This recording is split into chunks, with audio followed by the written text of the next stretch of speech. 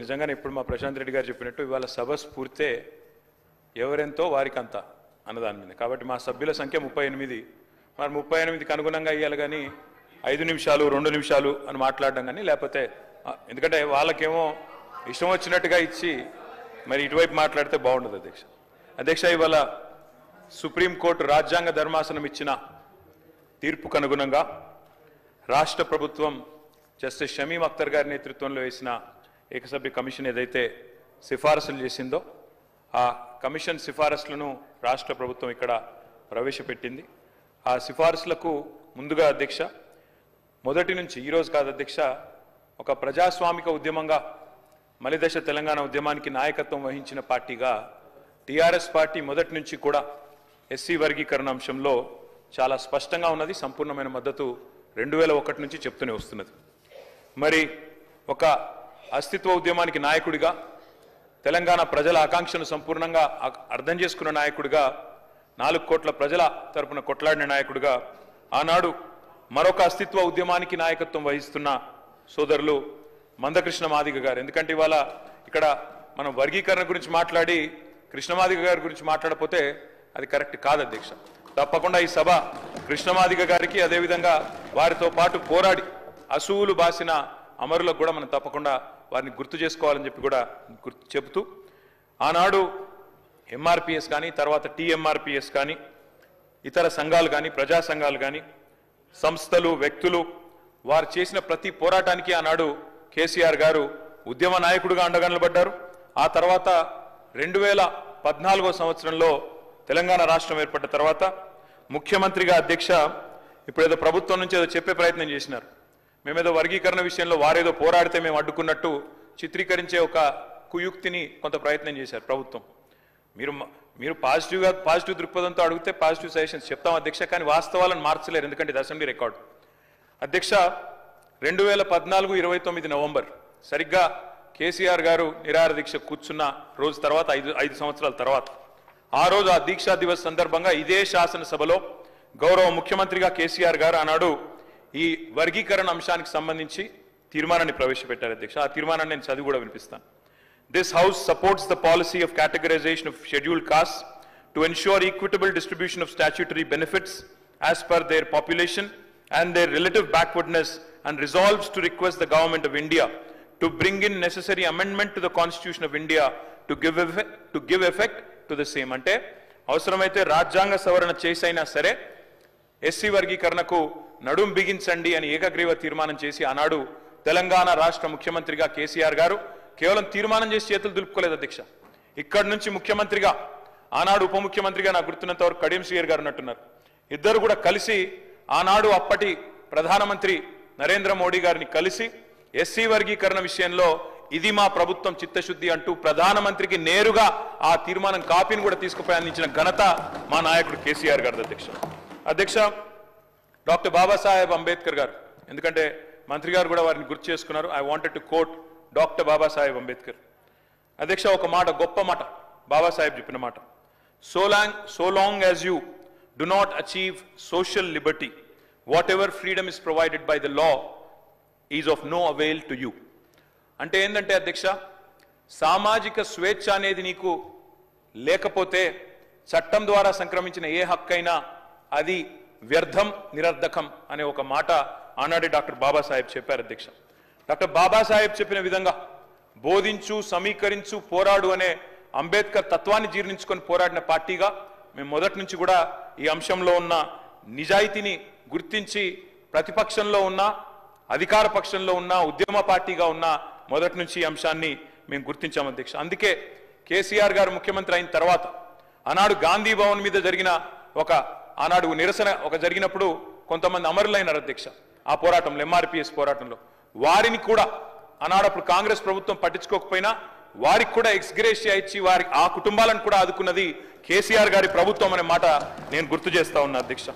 సుప్రీంకోర్టులో 10 సంవత్సరాల పాటు ఈ కేసులో ఇంప్లీడ్ అయి గట్టిగా వాదించి, ఇందాక ముఖ్యమంత్రి గారు చెప్పినట్టు సీనియర్ మోస్ట్ కౌన్సిల్స్ని చాలా ఖర్చుతో కూడుకున్న, ప్రయాసతో కూడుకున్న వ్యవహారం అయినప్పటికీ, వ్యయంతో కూడుకున్న ప్రయత్నం అయినప్పటికీ నియమించి మరి ఈ అంశంలో గట్టిగా వాదించి, సరే చివరికి తీర్పు మొన్నొచ్చిండొచ్చు, కానీ ప్రయత్నం ఎప్పటి నుంచో జరుగుతూ ఉంది. ఆ ప్రయత్నం మా ప్రభుత్వ హయాంలో కూడా బలంగా చేసినామన్న విషయాన్ని కూడా నేను గుర్తు చేస్తా ఉన్నా అధ్యక్ష. ఈరోజు మరి గౌరవ ముఖ్యమంత్రి గారు ఏదైతే చెప్పారో అధ్యక్ష, వారు చెప్పారు జస్టిస్ షమీమ్ అఖ్తర్ ఇచ్చిన నివేదిక మొత్తం చదివినారు. మేము కూడా ఇప్పుడే చదివినాం అధ్యక్ష. షమీమ్ అఖ్తర్ గారి నివేదికలో 2 ఇంట్రెస్టింగ్ విషయాలు చెప్పారు అధ్యక్ష. ఎస్సీల 59 కులాల జనాభా, అక్షరాస్యత, ఉపాధి, విద్యా సంస్థలలో ప్రవేశాలు, ప్రభుత్వ ఉద్యోగ నియామకాలు, ఆర్థిక సహాయం మరియు రాజకీయ ప్రాతినిధ్యాలకు సంబంధించిన డేటాను అన్ని ప్రభుత్వ విభాగాలు, గ్రాంటినేట్ సంస్థలు, ప్రభుత్వ రంగ సంస్థల నుంచి విచారణ కమిషన్ సేకరించింది అని చెప్పారు అధ్యక్ష. చాలా సంతోషం. ఆ తర్వాత అన్ని అధ్యయనం చేసిన తర్వాత 3 గ్రూపులుగా విభజించామని చెప్పారు అధ్యక్ష. మరి 3 గ్రూపులుగా విభజించే క్రమంలో కూడా మీరు ఏం చెప్పినారు అధ్యక్ష? సామాజికంగా, ఆర్థికంగా మరియు విద్యాపరంగా. సామాజికంగా, ఆర్థికంగా. అధ్యక్ష, డాక్టర్ బాబాసాహెబ్ అంబేద్కర్ని స్ఫూర్తిగా తీసుకొని భారతదేశంలో దళిత పారిశ్రామికవేత్తలు, గిరిజన పారిశ్రామికవేత్తలు కూడా రావాలని చెప్పి ఫిక్కీ తరహాలో, సిఐఏ తరహాలో డిక్కీ అనే సంస్థ వచ్చింది అధ్యక్ష, దళిత ఆంటర్ప్రెనర్స్ ని ఎంకరేజ్ చేయడానికి. దానికి మిలింద్ కాంబ్లే గారని ఒక ఆయన అధ్యక్షుడిగా ఉంటారు. ఆయన ఒక మాట అన్నారు అధ్యక్ష.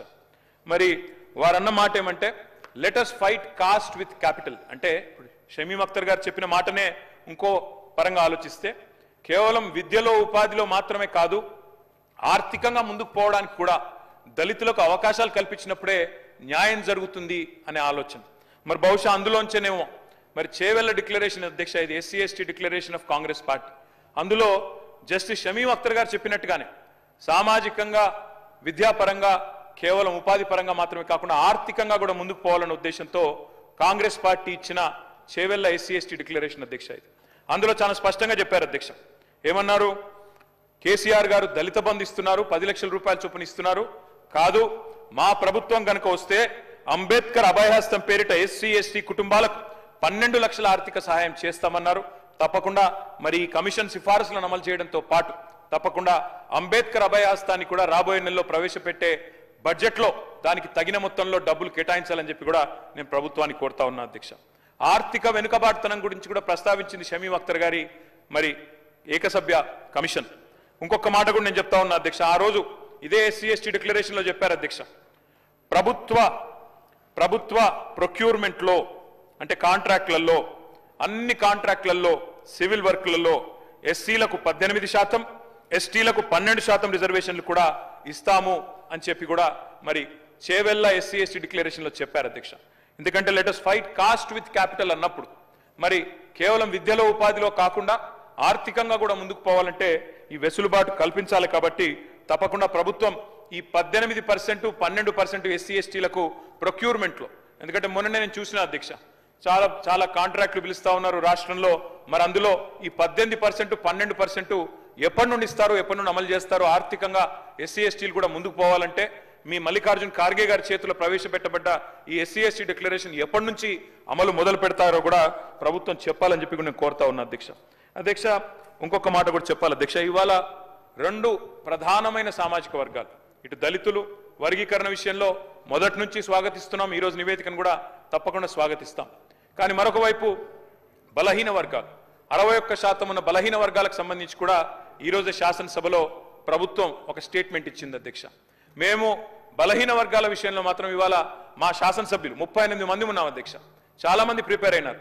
బలహీన వర్గాల శాఖ మంత్రిగా పనిచేసిన కమలాకర్ గారు, మా కేపీ వివేక్ గారు, న్యాయవాది మిత్రుడు కాలేరు వెంకటేష్ గారు, మా చింతా ప్రభాకర్ గారు చాలా మంది ప్రిపేర్ అయినారు అధ్యక్ష. అందరం మాట్లాడదాం, మా ఆవేదన చెప్దాం బలహీన వర్గాల పక్షాన. ఎందుకంటే బయట గగ్గోలు పెడతా ఉన్నారు, బయట ఇబ్బంది పడతా ఉన్నారు. సంఖ్య తగ్గింది సమగ్ర కుటుంబ సర్వేతో అనే ధోరణిలో ఇవాళ బయట బీసీ సంఘాలు, కాంగ్రెస్ ఎమ్మెల్సీలతో సహా వారు కూడా ఆందోళన వ్యక్తం చేస్తా ఉన్నారు. మరి ఎస్సీ వర్గీకరణ విషయంలో స్పష్టంగా 100% ప్రభుత్వ నిర్ణయాన్ని స్వాగతిస్తూనే బీసీల విషయంలో ఏదైతే ఇవాళ కాంగ్రెస్ పార్టీ దగా చేసిందో, 42% రిజర్వేషన్లు ఇస్తామని చెప్పి బీసీల గొంతు కోసిందో, 51% నుంచి 5% జనాభా తగ్గించి చూపెట్టిందో, దాన్ని తీవ్రంగా నిరసిస్తూ మా పార్టీ తరపున ఎస్సీ వర్గీకరణను స్వాగతిస్తూ బీసీల విషయంలో కాంగ్రెస్ పార్టీ చేసిన మోసాన్ని, కాంగ్రెస్ పార్టీ చేసిన దగాను నిరసిస్తూ మేమందరం కూడా వాకౌట్ చేస్తా ఉన్నాం అధ్యక్ష.